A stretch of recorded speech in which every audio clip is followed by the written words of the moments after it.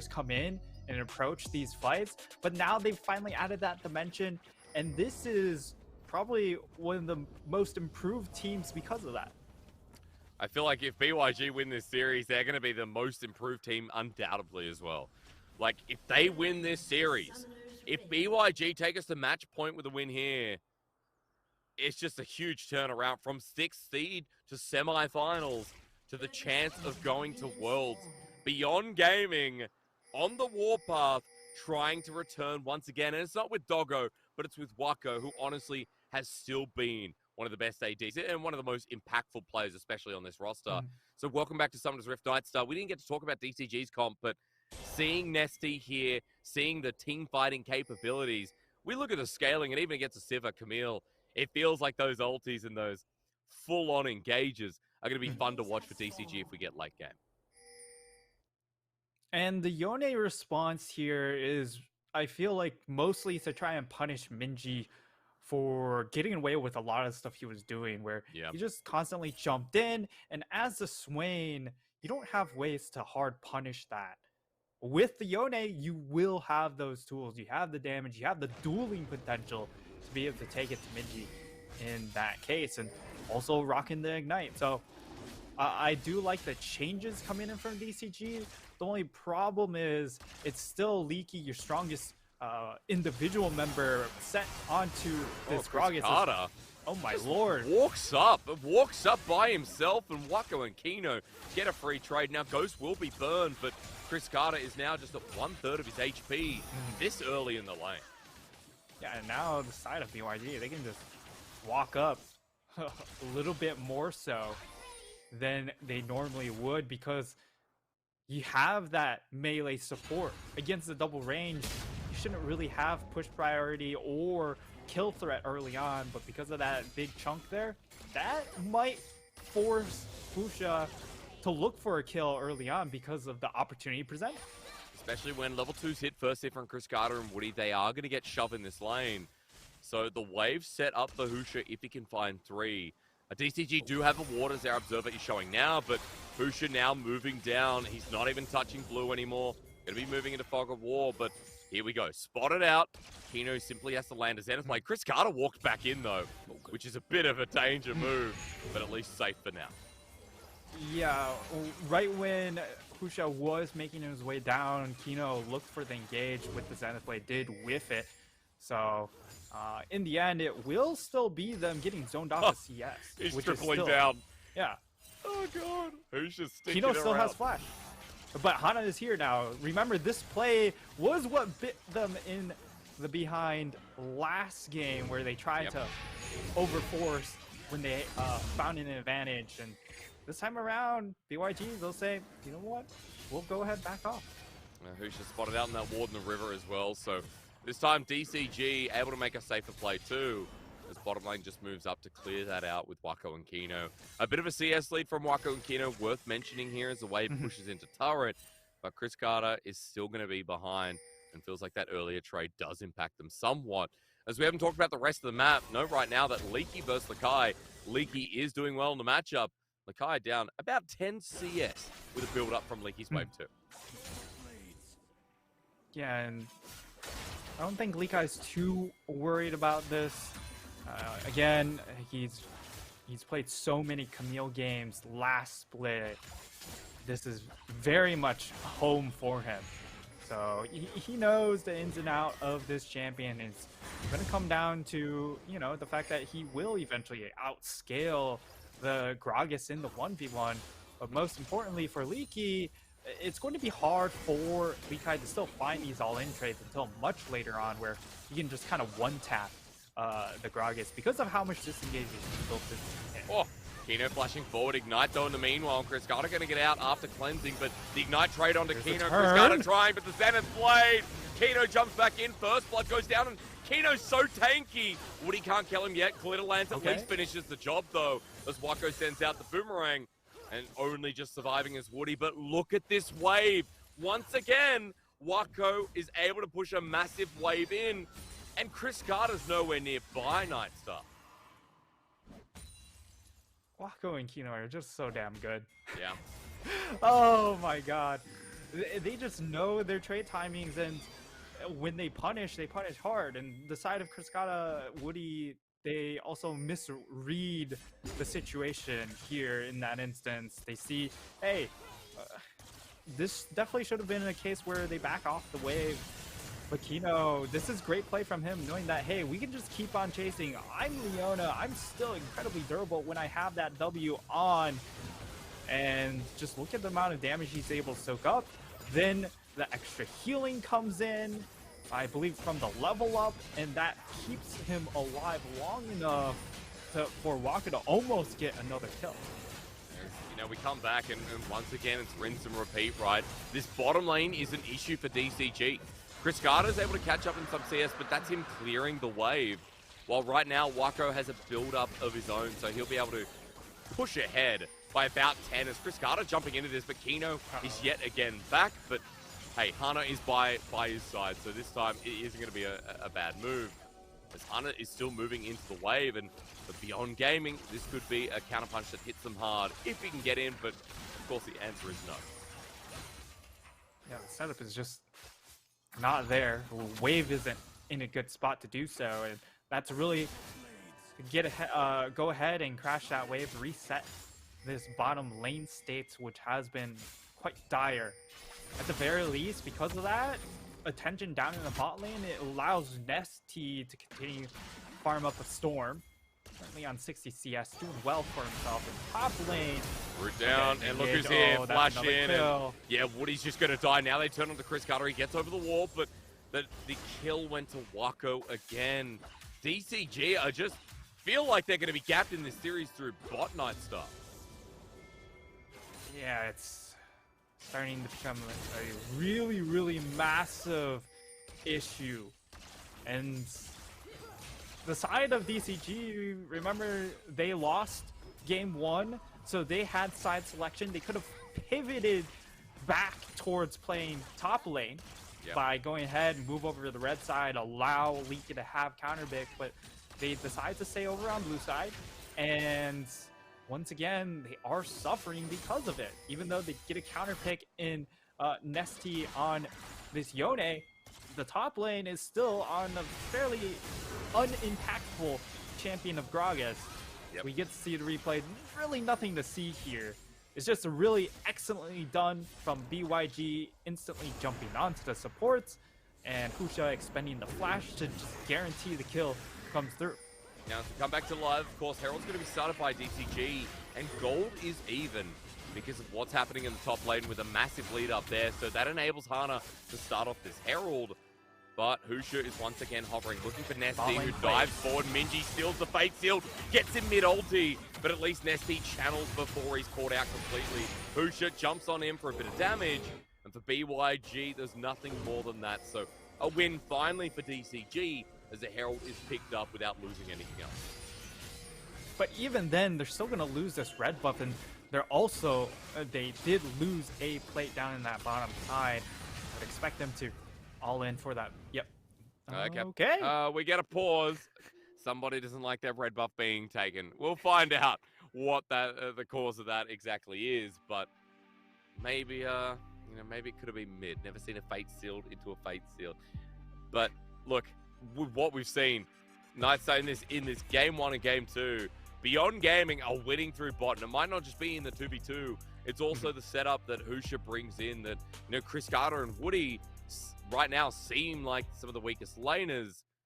As we're actually coming back in. So never mind whatever the issue was. It's completely gone, and we're getting ready for a bot dive. Man advantage down in the bot lane, but Hana is somewhat nearby. He is looking to make his way over, and that information is enough for the side of BYG to just go ahead and call the play off. But still massive advantages down in that bottom lane, and this top lane, while Likai is suffering a little bit here, he shouldn't have an issue as the game progresses, right? It's still a Camille into a Gragas. While Gragas may have so many disengaged tools, there will be a certain point where Likai just picks him in the head and he just loses 50% of his HP. And it is tank Gragas as well, right? So we are going to, you know, wait for that damage to fall off a little bit sooner. As Lakai is obviously suffering with Sad B up at the top side. Sheen is the only part of Divine Sunder he has right now with, I guess, you know, Ruby Crystals there too. But that's what's keeping DCG afloat in this early game with the bot lead that's in front of us now. Waco's also going to be able to get this next plate. And you look at the play, DCG are committing Chris Carter and Woody up to topside with this Herald Nightstar. But as soon as BYG know, they have Waco bot with a free push and 3 plates left to go. And not only that, it's also a dragon for free, right? True. 45 seconds. They should go ahead, stick around, get as many places as they can bottom lane, and then turn their attention towards that dragon. It is a Hex Tech dragon.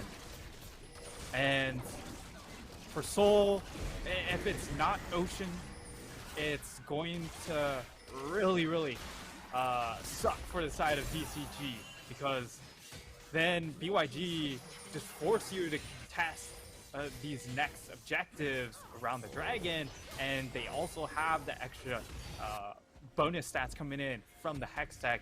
They're just going to try and push for as much as they can topside here. Yeah, they get the charge in. I mean, Minji had to TP, otherwise that was in a turret gone. So maybe for DCG for losing out so much in bottom lane, this play ain't too bad. He is chunky, and he's going to get a lot of gold here from the turret response. But DCG are moving towards mid. I mean, this is a great play. This is a very good response. This is... They're going to get Dragon too, because TP was burnt. Yeah, this is a very clean response from them, and now they also have the priority to actually set up around this second dragon. If they manage to steal this away, that would be massive, but they are kind of sitting on a bunch of gold, right? There's Skada, he's been behind, he got a huge influx of gold, so maybe don't want to take the fight because of that. And for the side of BYG, like, as things stand, you still have the stronger AD carry, so I think that's why DCG have decided to give this up. At the same time, the extra influx of gold, there was so much solo gold going into Waco. He's on a really fat buy. So second dragon does go down. Further to your point, there wasn't Everfrost for Minji, so also paying respect after the play. I think the biggest thing as well is, you know, Leaky not in position to run in and set up for the team fight. So for DCG, losing yet another dragon after the good map response play. We'll have to see what items come through next, because Berserkers was just picked up by Chris Carter, or at least before he went back. Now has the Immortal Shield Bow, fully completed item. Well, as you're talking about Waco on the Sivir, there's a Kraken Slayer, double longsword. And this Sivir is very elevated into this game. And it does feel like BYG, despite being 1,000 gold behind, are in a very comfortable position when we talked about how they side lane and how they can force with the dragon stacking already started. Now, I'm keen to see where Nesty is in his build. He should be very close to that Blade of Rune King, but as it stands, DCG will be able to steal away a red buff, so, you know, they're still finding small victories on the map. Just, they need to hit that one item power spike, and maybe they have the opportunity. Of course, at 2 items, that's where your tanks will feel really tanky, and that's going to be the case for both Nesty and Leaky, who will be going for those tank mythic items. And I like the change. Playing with that. Back to the point, it's the fact that Nesty on this Yone going the tank build will allow him to be the primary engage tool, rather than before where when DCG have to have Hana be the primary engage, they do struggle in that regard. So I like the shift, and we'll need to see how Nesty actually performs. I feel like for Nesty as well, you know, this champion, you know, we looked at last game, he's just picked up Blade of the Rune King, by the way. So, worth mentioning here with the first item coming out for multiple members. But I was going to say for Nesty, he's been denied his map movement. He's been denied his huge team fight semi-global champions. But this one is still reliant in the team fight. So for Nesty, it's still a good dynamic. And as we look at this second Herald, everyone's grouping up. I think Nightstar, we're going to get a fight even over the second one. This could be the big fight we're looking for from the side of DCG. But they're late. They're very late coming in. They are late. They've got the eye exposed. BYG, Minji has the ulti. There's an explosive cast that comes through. Kino baited out, but the fate sealed in the back line. Nesty doing so much work under Wako. He gets the Shiver, and Nesty's caught in the pit for the time being. That's a reset comes in for Husha, but it's not working out. Leaky is such a big fridge. As Chris Carter gets over the wall, the space given. Chris Carter flashes, and Minji's the last one alive. DCG taking the team fight, and it all happened so fast, but Chris Carter is now unleashed. And this is the DCG we were expecting to see come out in these playoffs. This team that might not necessarily have the best laners, but when it comes to team fighting, this is why Chris Carter was heralded as one of the better rookies coming up into this split. We get to see the replay of the fight. Kino actually ends up getting jumped on by the side of DCG, and because of the burst damage, that actually throws the rest of the fight in shambles because Kino isn't able to occupy that choke point and stop DCG from funneling into the fight. And then the ultimate comes in, Fate Sealed gets onto Wako, deletes him from the fight, and that's all their damage gone because that is the Kraken Slayer Sivir that should have been super far accelerated, but now they've tossed a little bit of that back into the hands of DCG. It's just what you want to see from Chris Carter. The lane hasn't been working out, but he finally gets the free hit in the team fight. It ain't the Draven that we saw last game that wasn't able to get in range. Chris Carter unleashed now with two items.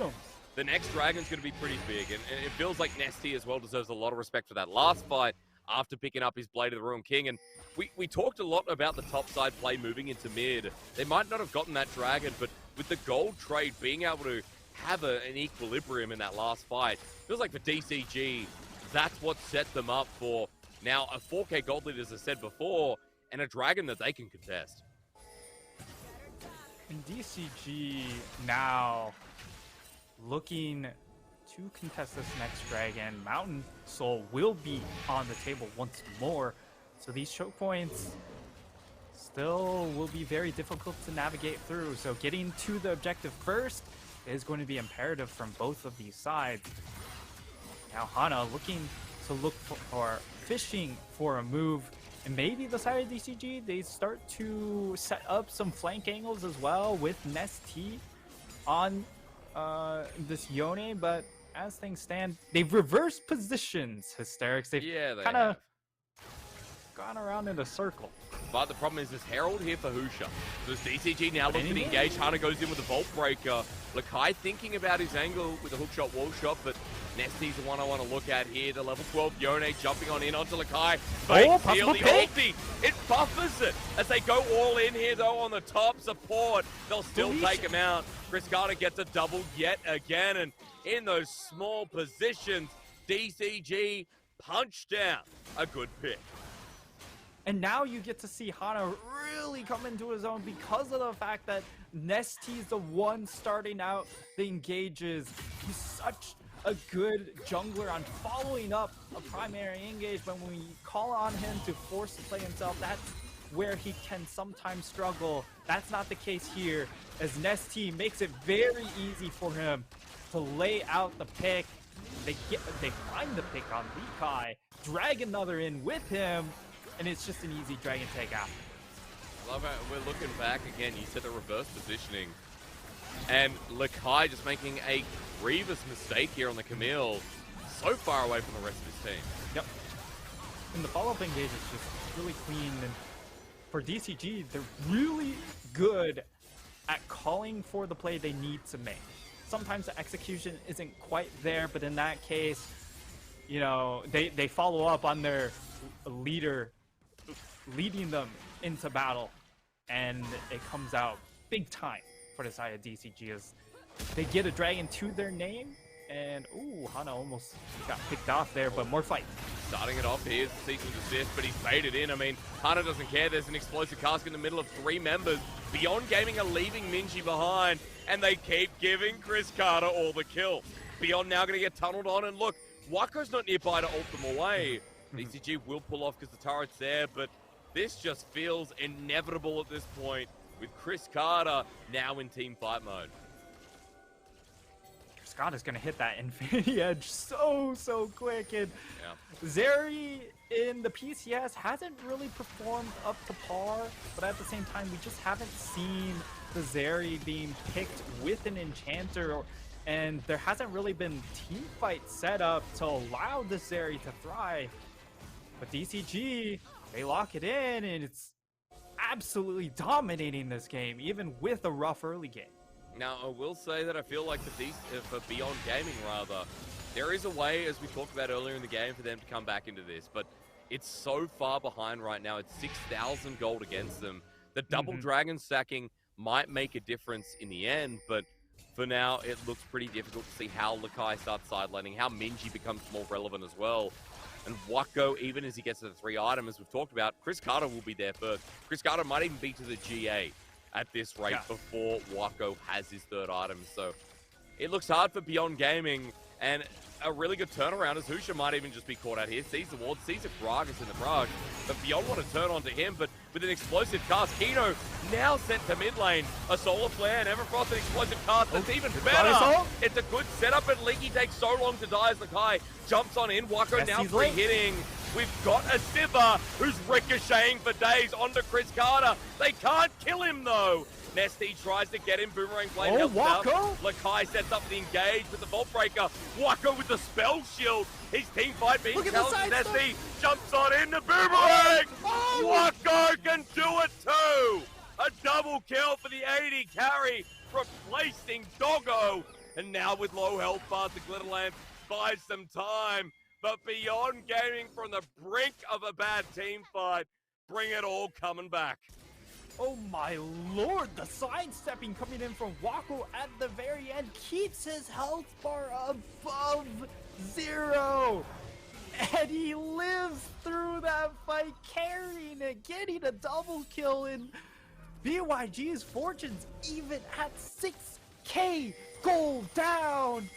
They managed to actually win that. It was ridiculous. I just can't believe.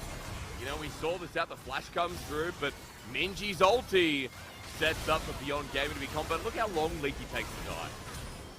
Yeah, Leaky is just soaking up so much damage. Of course, this is the tank build, and the key part was just how far Nesty was from that fight. Took way too long to get into it, and this is where it gets fun. They jump onto Wako, the spell sheet comes through, and then he takes a big chunk of damage here, and then he's just sidestepping. Look at it. It barely lives on a sliver of HP, and it makes it very, very close. This could have just been the ace from over 5k down, which is bonkers. It's a shutdown too. Damage is huge from Wako. Now, Chris Carter was still able to benefit off the fight. It's still 6,000 gold. But Wako has shown now what this Sivir can do, and I believe we're at 3 items or just about there. We'll see when the damage graph goes down, as LDR was simply picked up then back in the base. So we're not going to get an IE yet, but we are going to get an LDR to cut through. As you know, speaking of cutting through, Chris Carter is a 3-item Zeri too. So I feel like that's one moment from Beyond Gaming, but DCG are still showing us that this should be their game.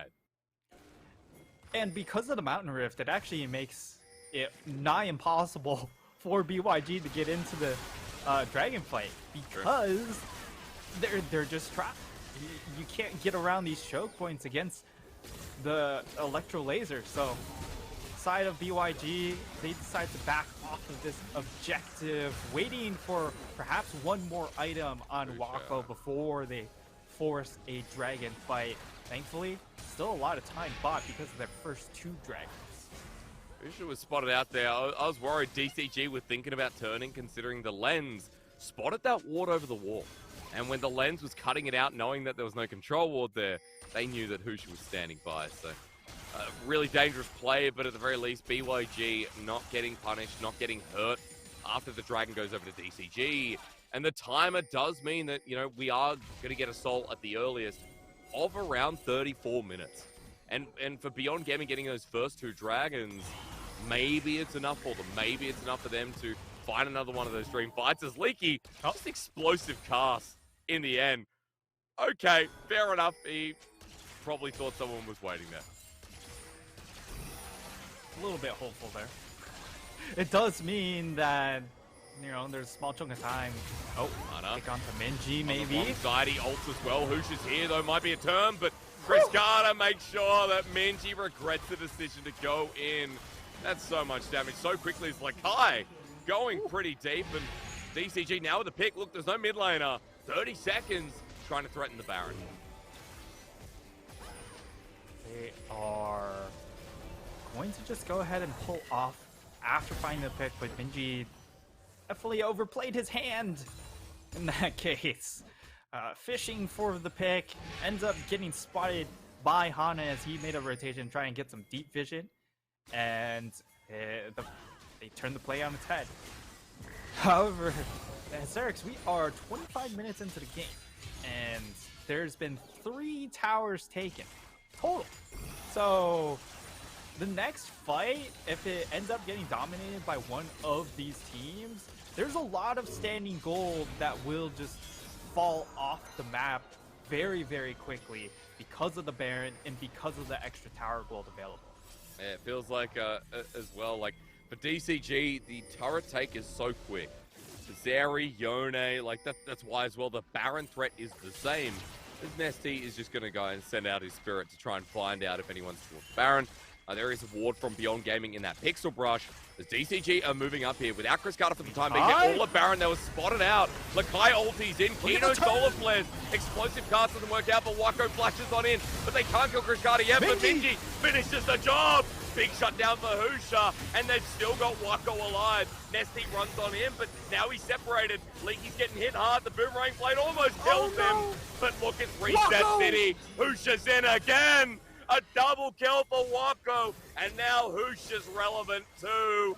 That was brilliant off the back of that ward in the Pixel Brush to get Chris Carter. Oh my god, it looked like they were just going to overforce once more, perhaps overplay their hands again, this time with Leakai, but he finds the pick. The follow-up is just so insane.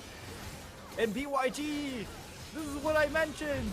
If they find a dominating teamfight win, there's so much standing gold. They get themselves the Baron, and now they're going to start chopping down all these structures. This gold lead will evaporate very, very quickly. As we said, you know, it's the dragon lead earlier. It's the 2 first dragons. I mean, DCG are in such a dangerous position as it's the Warden River. They saw DCG moving past the Baron and Beyond with a massive 5-head to try and take the numbers advantage. And such a clean, good sidestep coming in from Leakai as well. His positioning means that Leaky actually isn't able to dislodge the Camille from the Hextech Ultimatum. And that means Cascada has nowhere to go. He can't flash, doesn't have those tools available to him. And then the mop-up, Husha, of course. Viego, while it may have fallen down the tier list when it comes to these junglers, still offers those pop-up potentials when you do start off the fight with a clear pick like that. And of course, Sivir, you know, she is the queen of mopping up fights with the extra move speed and those ricochets. And with the LDR picked up before, it meant no IE, but after that fight, BF Sword Pickaxe. We're so close to getting Infinity Edge out of Wako, and he's ahead of Chris Carter now in CS. He might not be at the same item point, but this Sivir, as we've seen in the PCS already, the ricochets are just too crazy, and with Beyond Gaming now gearing up around this dragon, they look more favored than they should have been in this second game that DCG opened us up with. Now trying as they're going to get into River and Nightstar. I'm concerned because Lakai's on a flank, Minji's on a flank too. Dragon gets pulled out towards DCG. Hana wants to jump on in with a Vault Breaker, the burst down. Dragon's going to reset a little bit.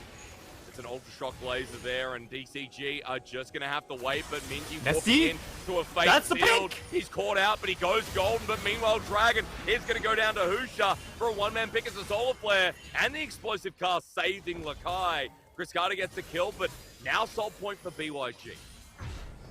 And BYG really get away with pretty much everything they wanted in that instance. Yes, they lose Minji because he was coming in on the flank, but because they allocated resources to address the flank, It means BYG able to secure themselves the 3rd dragon. They will give up this mid-tier 2. But for BYG, they don't necessarily have to force a fight. They still, they probably understand they're still a little bit behind. And this Baron is mostly about really having the amount of gold lead DCG did have. Look for DCG, you know, the pick off onto Chris Carter. It means we're getting towards 5th item a little bit sooner too. He's already got the GA, so it's still DCG's game somewhat, but the biggest problem is now that Wako has his 4th item, the Infinity Edge is there. And we've seen so many different times that for BYG, there's a lot of time-taking strategies. Minji with the Zonyas, Husha with his passive here, Lakai as well with his own ulti, and Kino has been someone who's been pretty on point as the Leona this time around too. It feels like these fights are going longer and longer, and once those DCG ultimates are down Nightstar, we kind of look at like, oh well, Chris Carter doesn't have the movement speed, the ability to dash in and play around the fight as well. Nesty's ult's down, Hana's ult's down, Leaky's explosive cask is down. Once those are down, Beyond Gaming having time in a fight just feels so easy. And for BYG, the elephant in the room is Leakai. Down 60 CS on this Camille pick.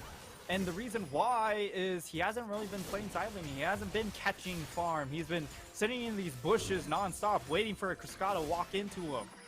And it's paid off in a couple of moments, but it's really biting him now because now he can't set up in that side lane to shove in some of these waves against the Gragas, because Gragas, if he were to take the 1v1, he's probably pretty comfortable in that moment. Right now, he's grouped up with the squad. And the big thing for Leakai is the fact that he is sitting on a stopwatch. So if he does go deep to try and jump in onto Cascada, he does have a stasis. The drawback, of course, it's the fact that GA is completed on Cascada. So these picks onto him will be a little bit more difficult to execute the round. Yeah, look, a lot of GAs coming through. You know, Zonya's back up, stopwatch, as you mentioned. There's a lot on the map right now as Minji's taking a ward, but Hana's over there. He's going to face check Lens, but he doesn't react in time as he goes golden. Nesty is not really that deep. The problem is Hana, who gets over the wall. Explosive cast now thrown out. Minji a little bit slow on the reaction, but DCG are the ones who have to burn the flash in the end. Felt to me that Minji was just trying to bait that situation out, using the stopwatch. And because the snapback came from the Yone, right? You leave behind the Vi. So Vi had to burn the flash. So that is another playmaking tool not available for the side of DCG, and they need all they have to try and get onto Wako, because the more comfortable you leave this man, the more autos he gets into these fights, the more, the less health bars you're going to have because of that extra ricochet damage. And he has an Infinity Edge completed. He is ready to just chop him down. A minute to go until we see that woodcutting festival, because this is soul for BYG.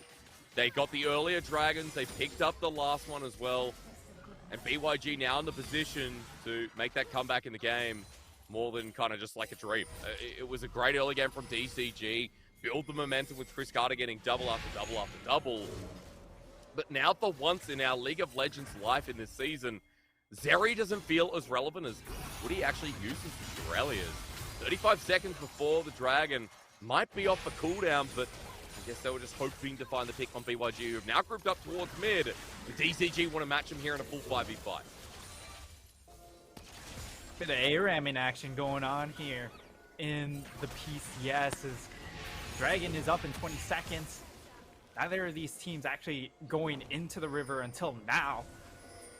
And there's not a ton of ward coverage in this area as well. So it's all about the posturing. Maybe, and we need to pay attention on the flank angles, because for BYG, they've generated a lot of the pressure off of the flank pressure coming in from Minji and Leakai on these soul laners, even though they might not have been successful in finding kills.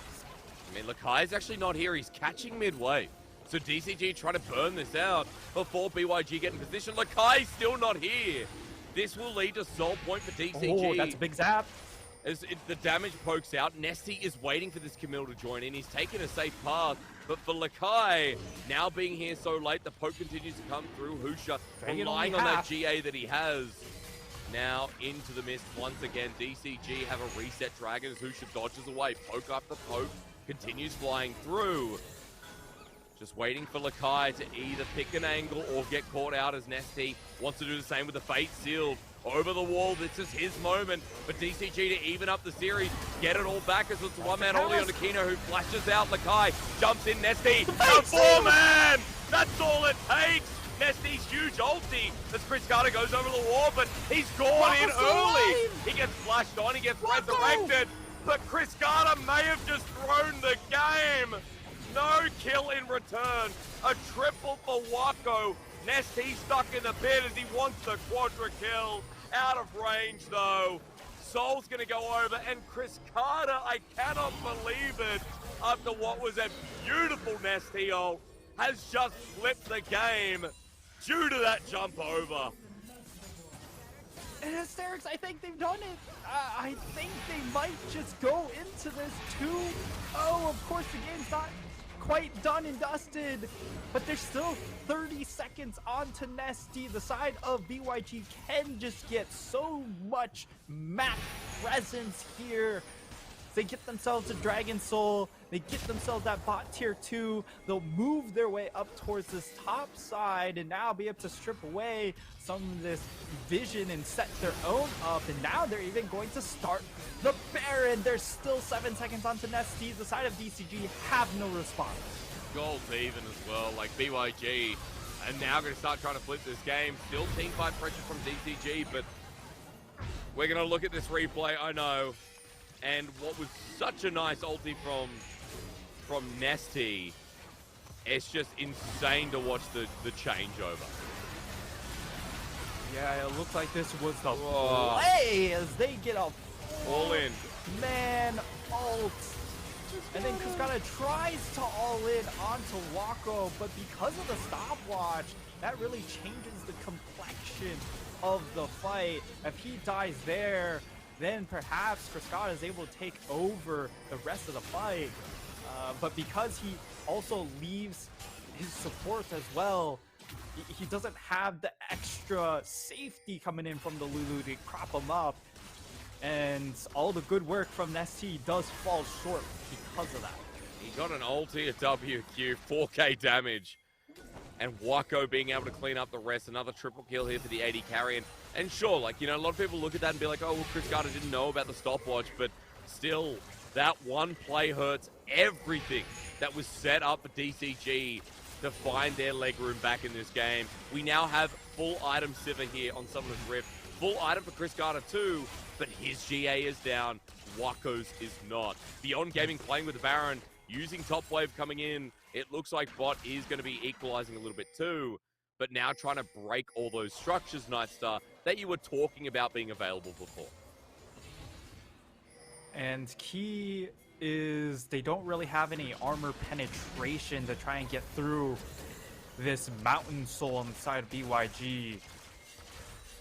So it all boils down to Cascada on this Zeri pick with the help of his Lulu to be able to carry these fights because the damage isn't really coming elsewhere.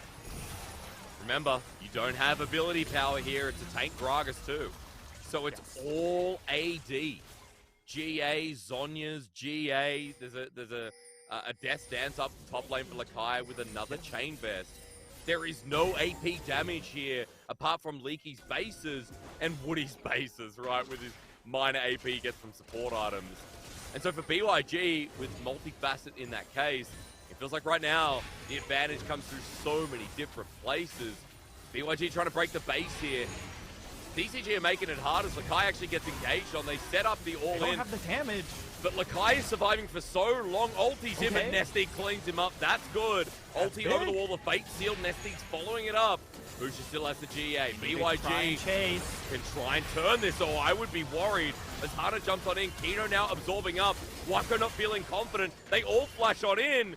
And BYG aren't actually stepping up for the turn.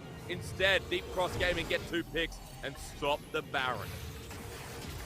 And it's really because, again, those choke points are just so dangerous for the side of BYG. You get hit by the electroshock laser coming in from Cascada, and almost all your health is still going to take a big chunk because of just how much damage is still on the Zeri, even without the armor penetration.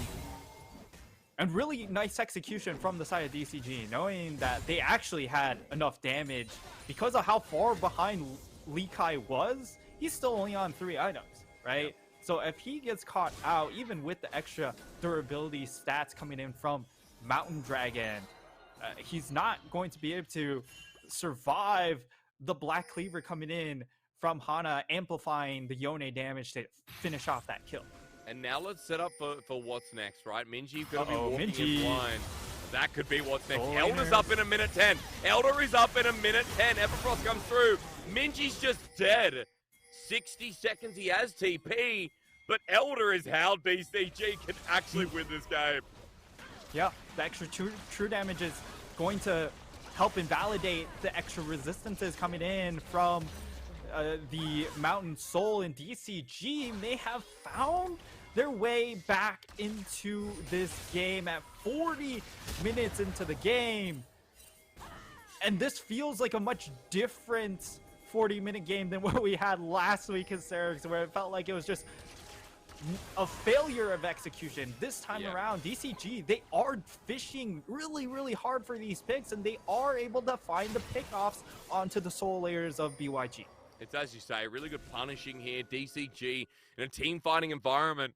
You know, the Mountain Soul might not matter as much as we kind of gave credit for, and especially if they get Elder with 10 seconds left to go. I mean, BYG, they need to contest this. Minji's up in 3 seconds. You cannot give Elder over to this team. The teleport starts it off. Leaky's frontlining here. Ultra Shock Laser. They turn on him. He's by himself, though, and Minji dunks him just as he runs out. It is error after error. It is capitalization after capitalization. 5 versus 4. Lakai and Husha, as you say, are here to take him down. They're herding them into a corner. Well, BYG won a 2-0. Fate Sealed is good. Nesty relying now on Chris Carter on the backline damage, but they're just running at this Zeri, who's in GA. It's GA City here in front of Beyond Gaming. But as Chris Carter dies, we return to square one. Flash from Lakai. Woody getting out. A Glitter Lance that comes close, but a hook shot, wall shot in 1 second that should be able to kill this Lulu. It misses out, but hey, at the end of the day, Woody has to run to base, and Beyond Gaming have a wave to channel in match point if they can just finish the job. Are knocking on the base. These death timers are way too long. Leaky will be up in 2 seconds, but it will be a 3-man hold. Let's and they see. just don't have it. Okay, BYG, open Nexus turret, good ulti from Nesty. It's all down to this. He hits everyone though. Nesty's trying his hardest, but as he comes out of his shadow, BYG flip the game back in our 41. Kill game 2. Match point for BYG and Deep Cross Gaming. Have to go back to the drawing board after that one. BYG claw from the brink of defeat. And DCG unable to capitalize on their great fortunes during the early game. They got so much gold into Cascada. They tried back-to-back games to make Cascada the main carry. And unfortunately, the lack of damage sources coming in from the solo laners is really coming back to bite them. So BYG